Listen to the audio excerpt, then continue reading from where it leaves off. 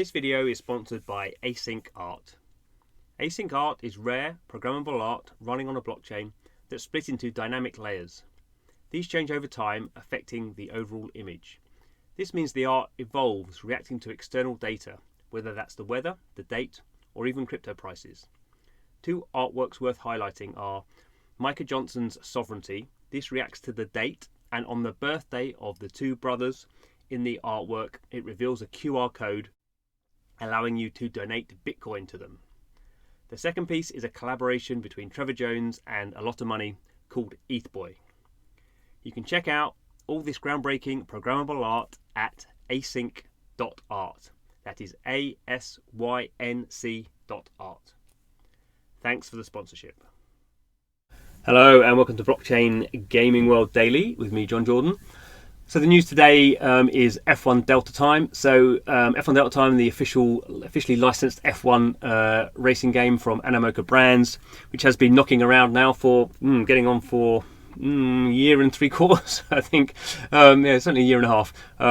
So it's been playable for certainly the last kind of 6 months in a certain form. The game is still not fully launched. There's a kind of a mini game you can play at the moment. There's been various other initiatives around staking the Rev currency, which is the currency being used in this game, and some other motorsport games from Animoca Brands.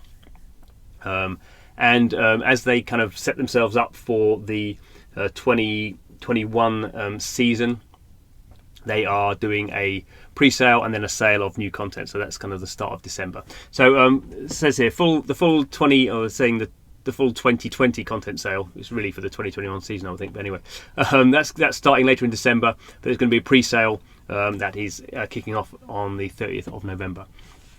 So what's interesting, and I think what is I'll be certainly be looking at to see how it works, is there was a F1 Delta Time had a fairly high profile kind of launch. In 2019 they sold these very expensive cars. One of them sold for $111,000 at the time, and then they had a general kind of crate sale where they sold a lot of crates which had these car parts in, and then components for the car and drivers and all this sort of stuff, and it did quite well out of that. But then the game didn't really launch, so there were people kind of buying this stuff.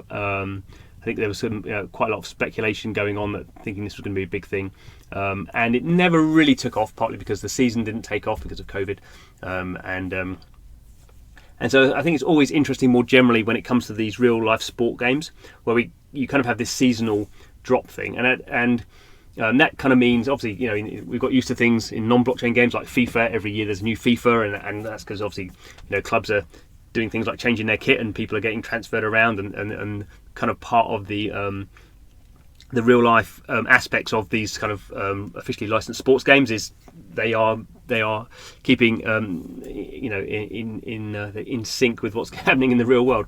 So I don't think it's any surprise that we have these kind of every year we have these new drops, but I think it is quite difficult for games that haven't really gained a lot of traction yet, that it can be seen as a bit of a money grab. So we kind of had the sale last year, and the game didn't go live. I'm sure the game will go live next year, but we've kind of been asked to kind of pony up again. And it's not that the old NFTs won't work in the game; they will still work. Some of them may have increasing value. So if you had Lewis Hamilton last year, he won the championship. So Lewis Hamilton 2019 figure, won't be more valuable in the game, but might have some sort of cachet in the overall ecosystem.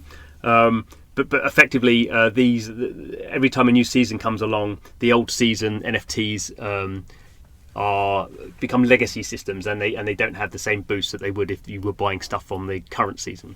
And we see that not just in the Formula 1 game, we see that also in a lot of the football games.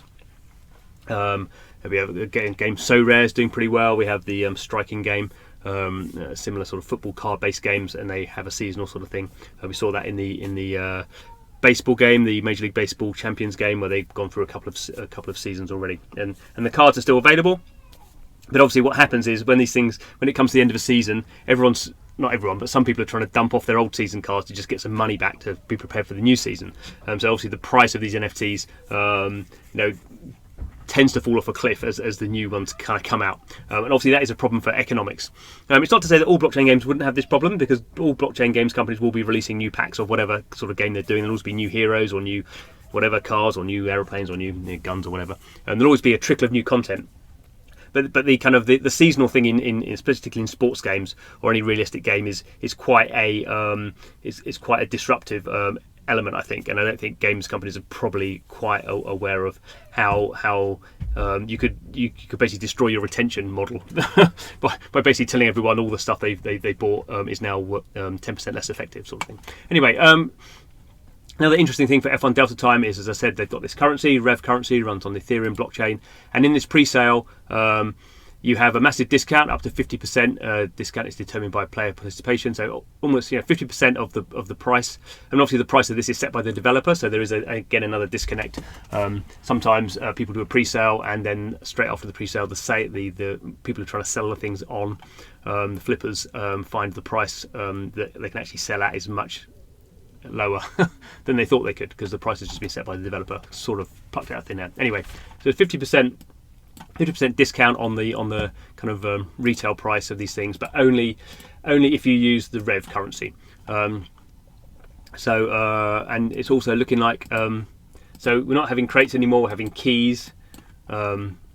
So that's another kind of complication. I mean, crates sort of kind of worked, I suppose. I guess maybe keys are a way of not letting the content. Well, maybe then the content's not ready yet. I don't know. I assume it probably would be. But you can sell the keys, which maybe is a random drop. I don't know. Let's have a look. Okay, possible for the usable. Okay, I don't really understand what this crates and keys thing's going on here. I'm sure there must be something deeper in that. Largely have the same function, but not exactly the same. Anyway, and the other thing that I'm going to talk about it here. Okay, so another thing here, we're seeing a way of gating access, because we're seeing a lot of these pre-sales massively oversubscribed. Particularly we saw with the Sandbox and its land sale, where it basically crashed the system, and there's all manner of problems arising from that. So people are now doing this depositing system. So basically, you have to deposit your tokens, and it means that then there's the developer can kind of control the flow of who buys what. So this is actually what Binance uses for its Launchpad token sales. So people basically put in what they lock their value in the system, and then it's effectively a lottery, and they can gate how many how many items you get by how many people overall are trying to buy these things. And if you don't get everything you wanted, you get your money back at the end of the day. I don't think that's in some ways that's more satisfactory, obviously, than having a bad pre-sale, but in some ways it's kind of a bit officious almost, isn't it? I don't know. I guess it's the best way of handling these sort of things, but a better way would be to better gate supply.